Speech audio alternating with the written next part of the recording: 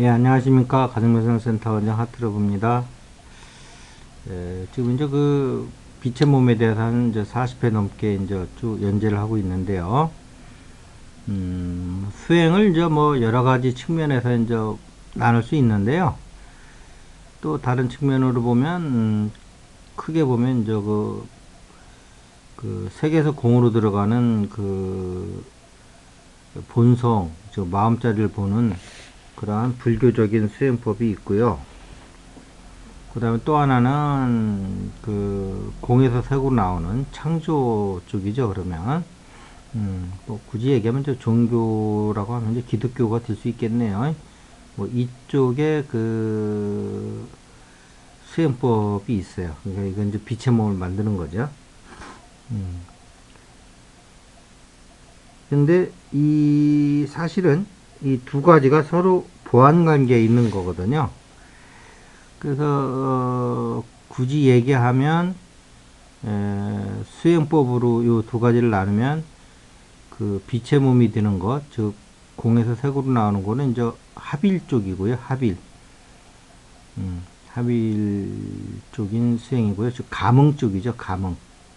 감응한다 할 적에 즉 공명한다는 거죠. 그러고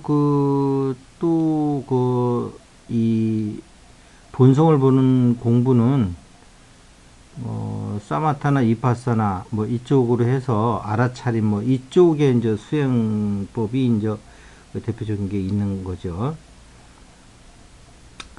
그래서 이제 굳이 얘기하면 두 가지를 얘기하면 이제 합일과 알아차림이 크게 대변되는 수행법이에요.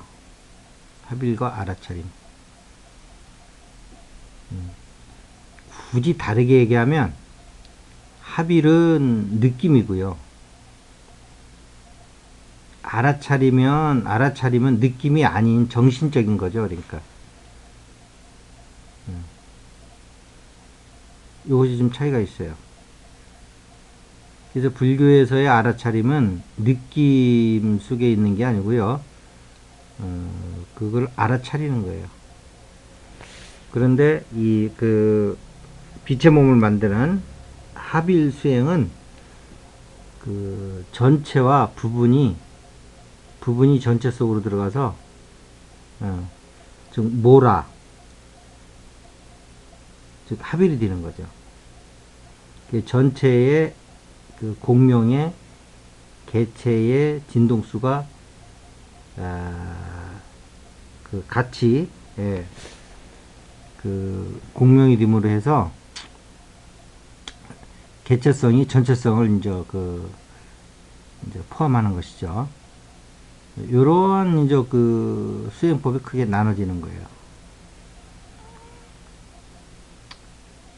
자, 그래서 제가 볼 때는 이제 빛의 몸의 수행이니까요. 이번 주제가 빛의 몸 쪽으로 이제 중심을 잡고서 이제 그 알아차림이 이제 여기 들어와서 어떻게 작용을 할 때 좀 더 그 빛의 몸에 관련된 수행도 더 이렇게 진일보하느냐 하는 걸 가지고 얘기를 하겠습니다. 네, 일단은 그 빛의 몸을 하려면 일단은 그 전체의식이라고 하죠. 영성 쪽에서는 전체의식인데 이걸 이제 신앙 쪽에서는 하나님이라고 그러는 거고요. 굳이 이제 우리가 얘기하면 우주 보편적인 존재죠. 그래서 어느 곳에도 항상 편재하는 그런 의식이에요. 그것을 그 하나님이라고 하는 인격적인 존재로 해석을 해서 내 개체적인 인격체가 어차피 몸을 가졌다는 거는 인격체를 얘기하는 거거든요. 그러니까 그 개성적인 존재로 얘기하는 비인격적인 존재라고는 그 편재하는 그런 의식이 아니고요. 그런 면도 있는데 그런 쪽보다는 보는 시각을 인격적 존재로 이제 하나님으로 들어오는 거죠. 그래서 이제 우리 가슴에서 그 하나님을 느끼는 거예요. 그러면 내 개체 의식이 그 하나님 의식과 합의를 함으로써 공명을 일으켜서 개체 의식은 사라지고 이제 전체 의식으로 이제 올라가는 거란 말이에요. 이것이 이제 감응법이에요. 감응법. 예를 들면 뭐 천도교 치제우 그 선생님도 이제 이게 그 깨닫는 그 과정을 보면 이 감응이 된다고요. 하나님하고. 하나님이라는 말에 좀 불쾌감이 계신 분들은 그냥 편재하는 우주 의식이에요. 그 의식이 편재하는 우주 의식이라고 하는 이렇게 그 비인격적인 면으로 봐도 그것이 나타나고요. 인격적인 존재로 봐도 그것이 나타나거든요.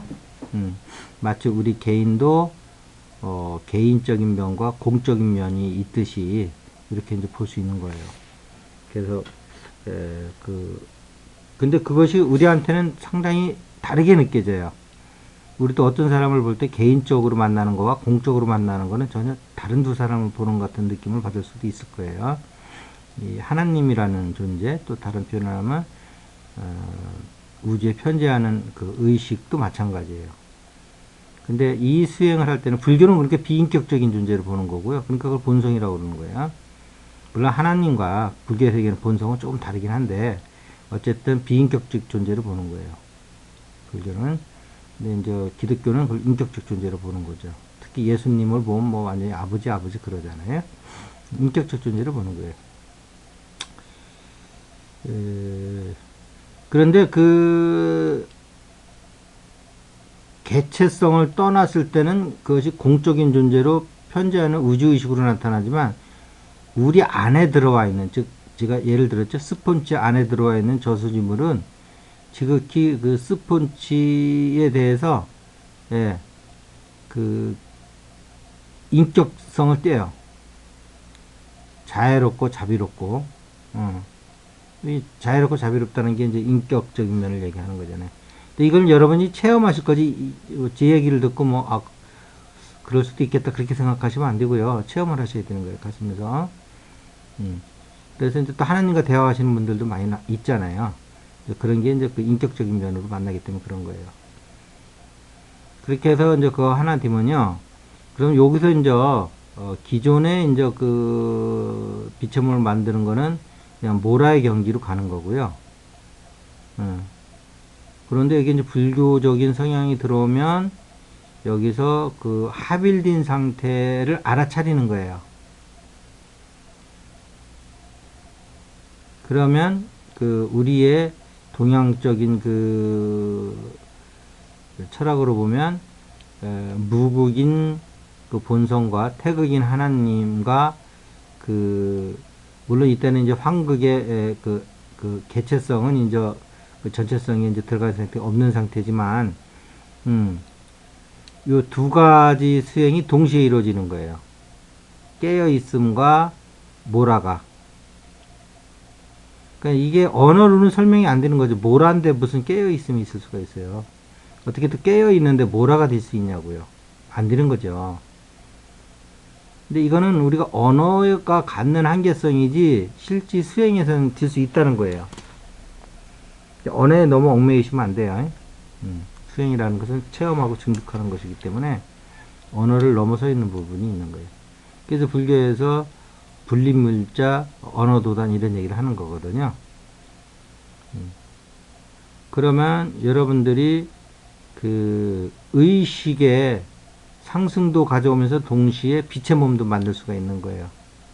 그렇지 않고 모라 상태로 있으면 의식의 상승보다는 빛의 몸을 만드는 쪽으로 또 가는 거고요. 이 합일과 모라가 없이 알아차림만 하면 본성 쪽으로만 가고 자기 몸은 안 만드는 거고요. 잘 아시겠습니까? 두 가지를 다 하자는 거예요, 저는. 두 가지가 다 가능한 거거든요. 인간으로 치면 우리 육체와 정신을 두 가지를 다 함양시키는 거다 이거죠. 근데 더 큰 존재라고 하니까 정신은 본성이 되는 거고 육체는 빛의 몸이 되는 거란 말이에요. 이렇게 정신과 육체로 비유를 하면 여러분들이 쉽게 이해하실 수 있을 거예요. 그래서 불교의 핵심은 깨어있지 않으면 아무것도 안 되는 거예요. 그래서 그 팔정도에서 제일 중요한 게 수행적 측면에서 다 중요하지만 정념, 즉 깨어있는 마음이 없이는 불교 수행은 아무것도 이루어질 수 없어요. 깨어있지 않은 상태를 무기공이라고 그러는데, 그러니까 그 불교 수행으로 보면 그 기독교의 모라 상태라든지 그 빛의 몸을 만들기 위해서 합일된 상태가 무기공일 수 있는 거예요. 불교 관점에서 보면. 물론 불교에서 무기공이라고 하는 거는 그냥 멍하니 있는 상태를 얘기하는 건데, 그냥 딱 부러지게 얘기하면 그 상태도 뭐 여러 가지 있을 수는 있는데, 아무 생각 없이 그냥 멍하니 그냥 편한 상태로 있는 걸 무기공이라고 그러는데, 그걸 좀 넓게 해석하면 빛의 몸을 만드는 합일과 전체 의식과 합일과 모라 상태를 그냥 무기공으로 할 수도 있다는 거예요. 불교 관점에서 보면.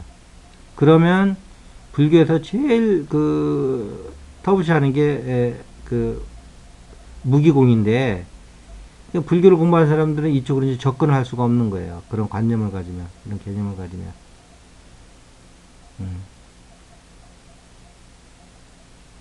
자, 그래서 오늘은 그 빛의 몸과 깨달음이라고 하는 즉 두 가지를 다 이렇게 같이 융합하는 것이, 그러니까 가슴이니까 그게 가능한 거지, 머리에서는 이게 절대 두 가지가 결합이 안 되는 거예요. 가슴이니까 이론성 세계에서는 두 가지가 다 가능한 거예요. 그래서 말씀을 드렸으니까요. 여러분들도 이왕이면 하나만 성취하는 게 아니고 두 개를 다 성취하는 쪽으로 하셔가지고 큰 뜻을 이루기를 바라겠습니다.